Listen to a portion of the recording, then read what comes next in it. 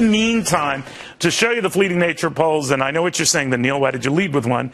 Well, because it's the latest one we've got. But the other reason is that they are snapshots in time. And how many times have I said one snapped their shot? And who knows that better than Herman Cain, who 4 years ago at this time was the leading candidate, and then he wasn't.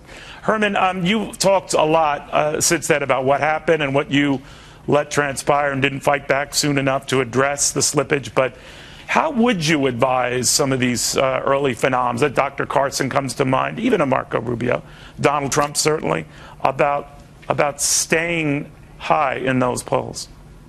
One of the things that I would have done differently, Neil, is that I would have had a crisis management team on standby.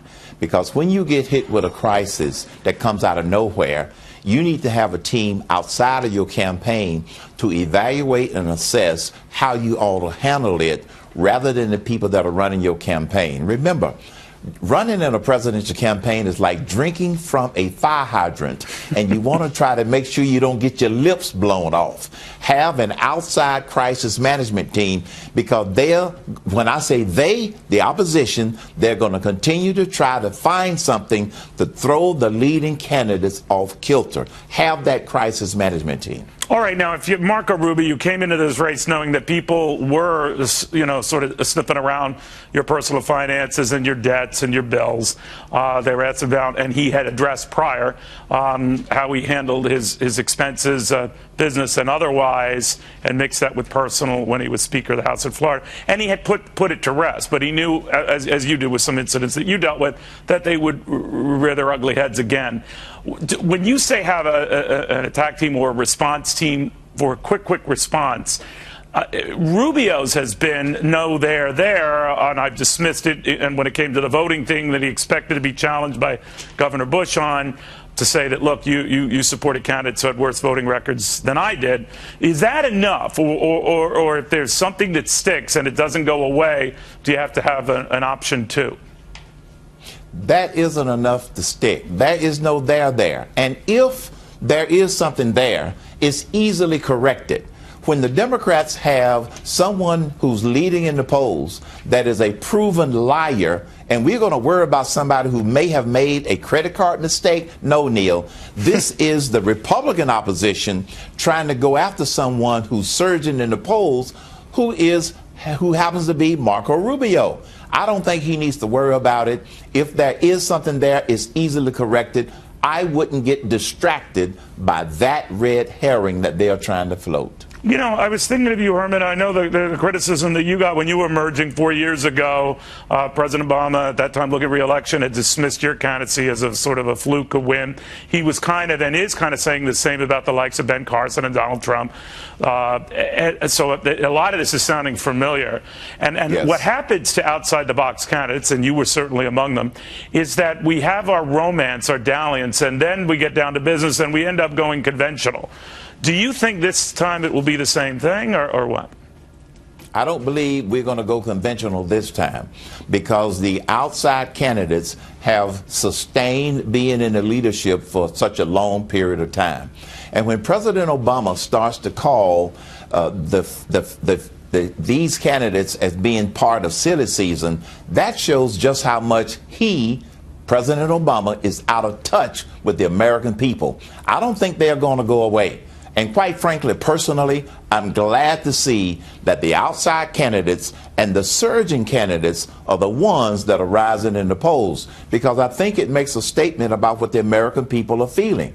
They are sick and tired of being sick and tired of Washington not fixing things, and outsiders, is what people are saying, are the ones capable of making that happen. I like that, sick and tired of being sick and tired. Yes, they are. You know, when I look at the race and the making up now, and Dr. Ben Carson, largely Donald Trump has not known how to respond to him, the fellow outsider, because he is a nice, congenial guy. But what you hear from Trump when it comes to Dr. Carson is that, nice guy, brilliant doctor, hasn't created a job, that line where he said maybe save a nurse or two.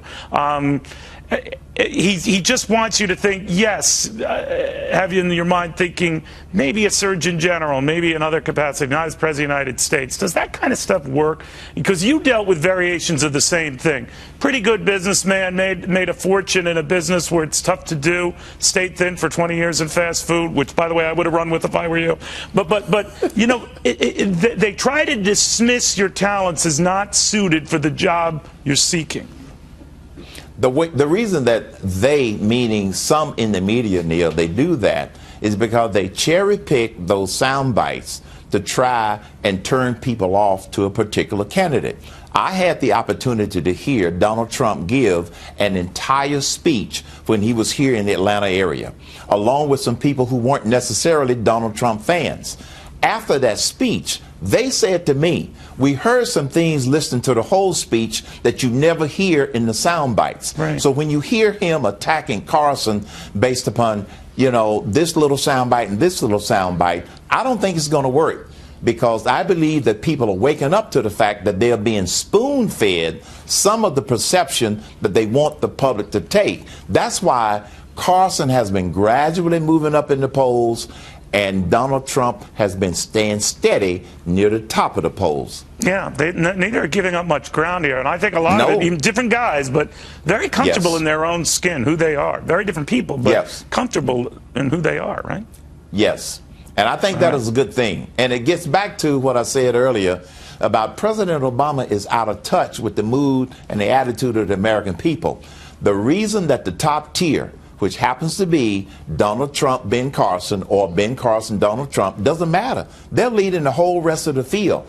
The American people and the mood, and I hear it every day on my radio show, is that they are looking for outsiders because they believe that outsiders, not establishment candidates, are our best hope in order to truly change things. That's what we're seeing. Yeah, well, they obviously have some staying power, to your point. Herman, always good seeing you. Thank you very, very much. Thanks, Neil.